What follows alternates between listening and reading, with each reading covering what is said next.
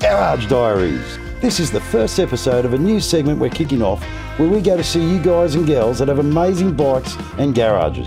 And trust me, there's a lot of garages around Australia with some hidden gems. So we're going to kick it off at Rob's place.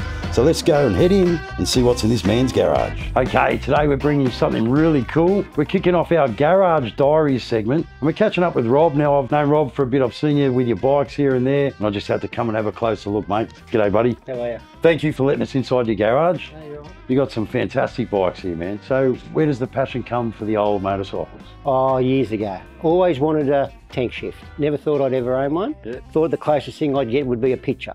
Anyway, I just happened to talk to the right person and then they just started to happen. So you do a lot of the stuff yourself, eh?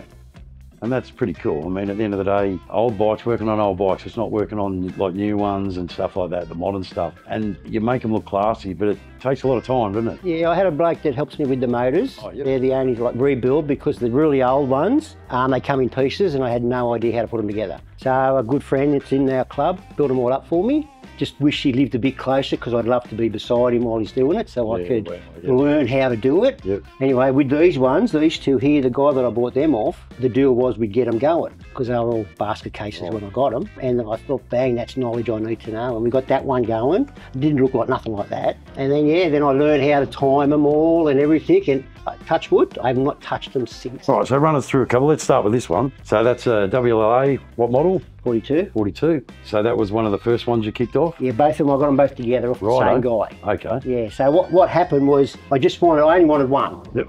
This one was under a tree. Yeah, right. But it was a complete bike and it was nothing like that. No, it didn't have an army bit on it except for the motor. Okay. That one, he was doing up and it was on a stand, but it was in a million pieces. I didn't want one in a million pieces. No, yeah. So, but he kept pushing me to that one. I'm thinking, I don't want that one. It doesn't look like one. Yeah. So anyway, I ended up saying, well, how much for both? So it got to a point that I offered him something and that's when he said, well, look, give me this much and we'll get them both going. And I went, you know what, that's knowledge that I need to learn. And far out, Rob, like you said, you didn't want that one. That one's just... Once it come together. Oh, 100%. That's just old But nothing school, like that either. They're all been, my son painted them all. And oh, right, eh? so I'm pretty lucky with everyone in the in the motor trade. Yep. So it helps a lot. But yeah, no, I nutted them all out and got them going because unfortunately old mate died. Right. Before we even got that one going. Right, eh? He had a bike accident on one of his. So it's a little bit of a mini tribute as well, that's why it's written, I've got him all written on the, that's what the numbers mean on the tag, on the MO box and all that. Oh, fantastic. Yeah, so that was a tribute, because he hates chrome, this old fella. He would have hated that. The old saying, chrome don't get you home. No, exactly, mate. He had one, it didn't even have leather on the seat. Wow. Well, that's what I mean, and like just the detail that you've done with this, I mean, it's just... Well, I haven't touched that seat, that's how I got it, so I don't know if it's an original seat or what, it's just exactly how it is. But literally, it looks like it's just ridden out of World War II, doesn't it? Yeah, I try to keep as much as I can to as close as possible. Yeah. Like I say, once you start to ride them, geez, they're fun. So then the passion started. Yeah. So show me these couple behind you, mate. So then you've gone old school even further. Then my mate rings me up and says, oh, there's a bloke got a square tank Harley on eBay or whatever it was, I can't remember what it was. But oh, okay, got it, and dead set, I put it in here and it was just a box of nuts and bolts. Oh, here we go again. When I looked at it, I went, how the hell am I going to fix this? Anyway, I just persisted with it, got talking, because I was in a club with this one, with these, same sort of deal. Oh. Mate, they help, everyone helps you out once you're in it. It's a good thing, fantastic. It's like a community, isn't it? Yeah, it's fantastic. I needed a gearbox for that thing, it didn't come with a gearbox. Well, it did come with lots of different pieces of a gearbox, but anyway, I won one on eBay. Oh, wow. Yeah, okay. For that bike. Yep. I went fantastic. So me and my mate drives to Mittagong, I think it was, and that's sitting in his garage. Oh, as well. Wow. As well. And I'm looking at it, and this guy sussed us out before he even let us in. Oh no, you can't help yourself, mate. I know, I looked at it and I went, oh, what are you doing with that? He goes, oh, it's been sitting here for 25 years with no motor in it. Pulled it out 25 years ago to refresh the motor, and it sat there. So anyway, I reckon about, I don't know, 8 months later, I get a phone call and it's, oh mate, and he says, I'm going to put it on eBay, but I want to give you first option. Oh wow, and there it is. There it is. And not the way it was. Oh no, I've got photos of it all that, you know, when I got it from his place. Actually, I got a photo of it when it was in the corner. Oh wow. And it must be testimony, I mean, like you said, you're in the clubs or whatever, that they help you out, like you said, but then this is the final product, they must be proud that to help you out, you know what I mean? Yeah. That you come up with stuff like this, Yeah. you know what I mean? Yeah, well, we're doing a big ride tomorrow. Oh, yeah? Taking a bit more the classier ones as far as, because we're going to ride all around the Snowy Mountains. Yeah, so right. it's going to be a mad... Yeah, that'll be hope the good, weather's good. We took these out, was bring your oldest bike, Woodstock. Oh, right, eh? Yeah, and we had 3 days out, it was fantastic. That, like I said, that environment, that camaraderie from blokes that like the old stuff and everything, you know? Yep. And a lot of that knowledge is lost. Yep. There's a lot of young blokes that wouldn't even know, you know what I mean? Nah. Where motorcycling actually originated and came from. That's right, mate. I take my hat off to them, especially on that. When they're at a wall, they've got blokes shooting at them. Oh. And they're on dirt road. Oh. I struggle on tar road.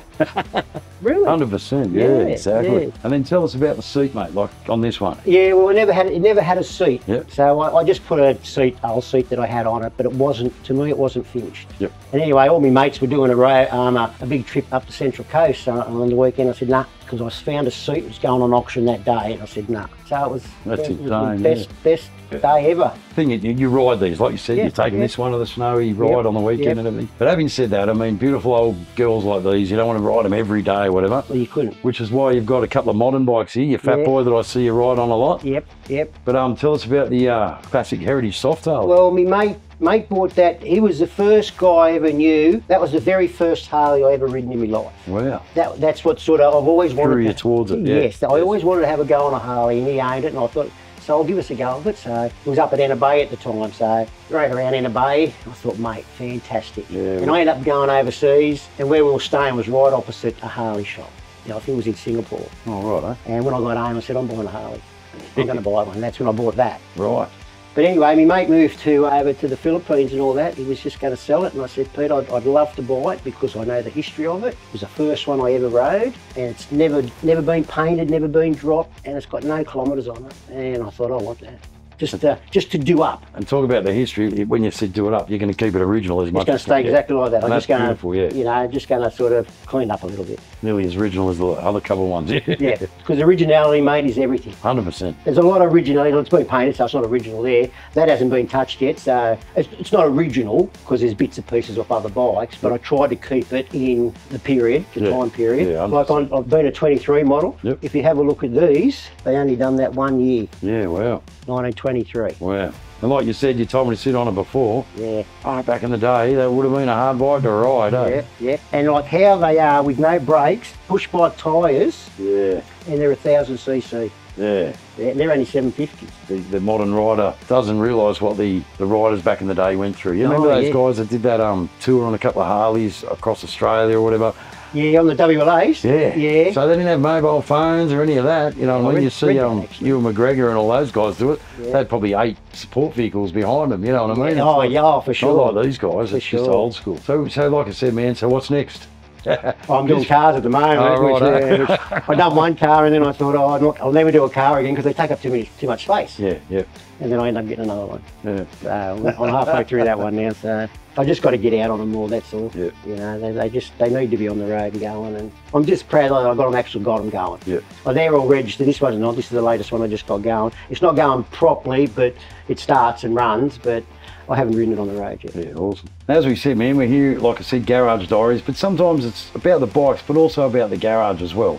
And I've noticed something pretty cool on your wall, mate. Can you explain a bit of this? Yeah, well, that's my skeleton bike. Right, Yeah, all that is just accumulated from getting all this. Okay, so then extra parts that you didn't need. Yeah. And a mate of mine, same mate that told me about this one here, he says, why don't you make a skeleton bike? So I built the frame out of old timber and tin. Made up a few things, like I didn't have a fork, so that's been made up, but all this other stuff is all off bits and pieces that'd just be sitting around doing nothing. But in saying that, it's already saved me $1,000. Yeah. I said to my kids, don't think it's rubbish because it's worth heaps. Just nuts and bolts to the people that are chasing them. But I needed a carby for that one, the bottom bowl, because when I got it all done up to do the nut up that goes onto the carby was threaded, like it was really small, and to buy the bowl was $1,000. And as I'm talking to old mate on the phone, I'm looking over and I'm thinking, gee, that's got a carby on it. I wonder if it's the same. exactly the Oh, same. wow. I just swapped them over. What are the odds? Yeah, That's awesome. so same as $1,000 already. Well, like I said, you got some cool stuff up in the garage. Your roosters support us. That's not too good, but Yeah, no. you get that. Yeah, yeah. Good on you, Rob, man. Thank you again for letting me inside your castle. That's all right, And the mate. fantastic motorcycles, man. Yeah, good way to kick off Garage Diaries, Yeah, mate. Good on you, brother. mate, no problem at all. Thanks for watching.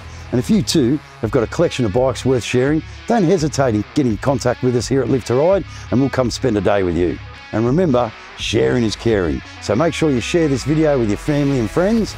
And of course, until the next one, we'll see you out there.